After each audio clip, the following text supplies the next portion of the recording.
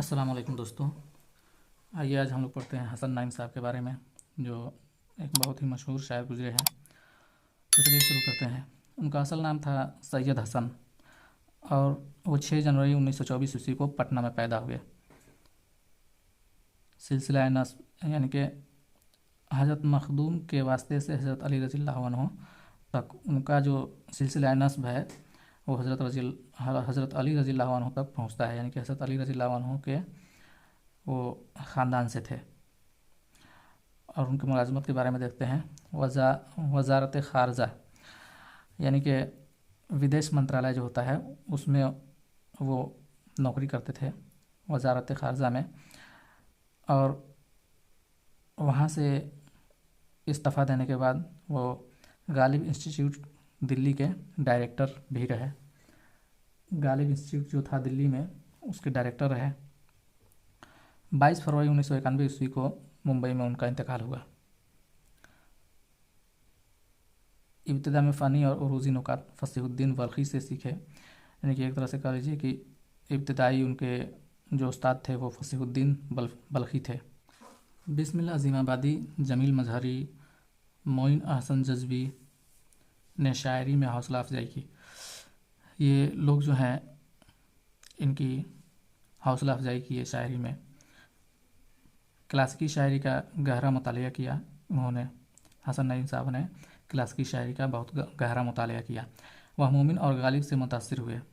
ये मिर्ज़ा असदुल्लाह खां गालिब और मोमिन बहुत बड़े शायर गुजरे हैं। ये लोग उन लोगों से ये मुतासिर थे।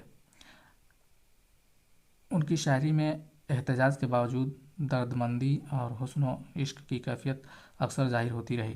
कहने का मतलब है कि इनकी शायरी में एहतजाज का रंग भी मिलता है, दर्दमंदी का रंग भी मिलता है, और हुस्न व इश्क भी उनकी गज़लों से, उनकी शायरी से ज़ाहिर होता है। तो आइए अब हम शुरू करते हैं हसन नईम साहब का ये गज़ल।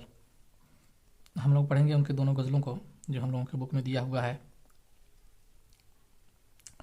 तो पहला गज़ल है इनका, क़ल्बो जामे हुस्न की गहराइयाँ रह जाएंगी, तू वह सूरज है तेरी परछाइयाँ रह जाएंगी। हसन नईम साहब के इस गज़ल में 5 अशार हैं।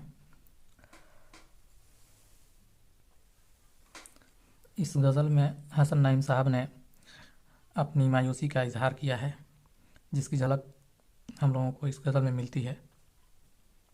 तो आइए देखते हैं क्या कहते हैं हसन नईम साहब। पहला शेर है कि क़ल्बो जामे हुस्न की गहराइयाँ रह जाएंगी। क़ल्ब का मतलब होता है दिल, और जान मतलब जान, आप लोग जानते ही हैं। क़ल्बो जामे हुस्न की गहराइयाँ रह जाएंगी, तू वह सूरज है तेरी परछाइयाँ रह जाएंगी। हसन नईम साहब अपने इस गज़ल के पहले शेर में कह रहे हैं कि इंसान जो है एक वक्ती चीज़ है, जिसका हुस्न व जमाल जो है एक वक्त तक रहता है, और उसके बाद इंसान बूढ़ा हो जाता है, यहाँ तक कि उसको मौत आ जाती है। और इसी तरह से हसन नईम साहब कह रहे हैं कि इंसान एक वक्ती सूरज है, जिसके ढलने के बाद इंसान की सिर्फ परछाइयाँ रह जाती हैं, उसका किरदार जो है जिंदा रहता है। आगे कहते हैं, अहले दिल को याद सदियों आएगा मेरा जुनून। अहले दिल को यानी दिल वालों को मेरा दीवानापन, जुनून का मतलब होता है दीवानापन। दिल वालों को मेरा दीवानापन सदियों तक याद रहेगा, सैकड़ों बरसों तक याद रहेगा। शोहरतें होंगी फ़ना, रुसवाइयाँ रह जाएंगी। जो मेरी शोहरतें हैं वो फ़ना हो जाएंगी, मिट जाएंगी, खाक में मिल जाएंगी, और मेरी रुसवाइयाँ जो है लोगों को याद रहेंगी। कहने का मतलब ये है कि अक्सर लोग जो है इंसान की खूबियों को भूल जाते हैं और उसकी बुराइयों को हमेशा याद रखते हैं। गुफ्तगू तुझसे करेंगी मेरी गज़लें सुबह शाम, तेरी खिलवत में मेरी तन्हाइयाँ रह जाएंगी। खिलवत का मतलब होता है तन्हाई। कह रहे हैं कि मेरी जो ये गज़लें हैं वो तुमसे सुबह शाम बातें करेंगी, तेरी खिलवत में यानी कि तुम्हारी तन्हाई में मेरी तन्हाइयाँ रह जाएंगी। मैं निकल जाऊंगा अपनी जुस्तजू में एक दिन। कह रहे हैं कि मैं अपनी ही तलाश में ایک دن نکل جاؤں گا، بزم یاراں میں خیال آرائیاں رہ جائیں گی، یعنی یاروں کی محفل میں جو ہے خیال آرائیاں رہ جائیں گی، یعنی کہ جو ہمارے یاروں کی محفل ہوگی وہ جو ہے ہمارے بارے میں صرف اندازہ لگائیں گے، قیاس کریں گے کہ وہ کہاں چلا گیا۔ دور تک کوئی نہ ہوگا نغمہ سنجوں میں نعیم، نغمہ سنجو کا مطلب ہوتا ہے نغمہ گنگنانے والا، گیت گنگنانے والا۔ دور تک کوئی نہ ہوگا نغمہ سنجوں میں نعیم، یہ کہہ رہے ہیں کہ گیت گانے والوں میں، گنگنانے والوں میں دور دور تک کوئی نہیں ہوگا، بس چمن میں یاد کی پرواہیاں رہ جائیں گی، اور باغ میں جو ہے ہماری صرف یاد رہ جائے گی اور ہم نہیں رہیں گے۔ تو یہ تھا حسن نعیم صاحب کا پہلا غزل، جس میں وہ اپنی ایک طرح سے مایوسی کا اظہار کر رہے ہیں۔ آگے ہم لوگ دیکھیں گے اب ان کا دوسرا غزل۔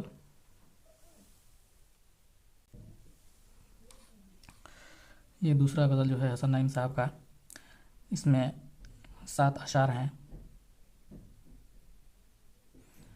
اور ان کا پہلا شعر ہے، کہتے ہیں فسانہ غم کا کوئی غم گسار ہو تو کہیں۔